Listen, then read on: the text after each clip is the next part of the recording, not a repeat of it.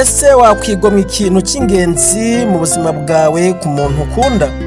Iyi ni inkuru itangaje y'urukundo ruvanze no kwitanga, ariko rurangizwa n'akababaro gakomeye.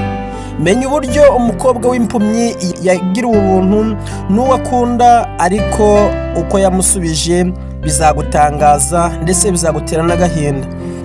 Neza urasanga biri guhura n'ibiri kuba muri iyi minsi hagati y'umuhungu n'umukobwa bakundana bateganya no kuzarushinga.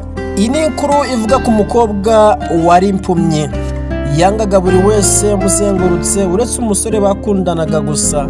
Uwo musore yahoranaga nawe, ndetse na nyuma y'impanuka yasigiwe umukobwa ubuhumyi bari hamwe kubw'urukundo bari bafitanye bombi. Nubwo imyitwarire y'uwo mukobwa yari yarahindutse, yahoraga avuga ati, "Yinamuka mbashije kongera kureba isi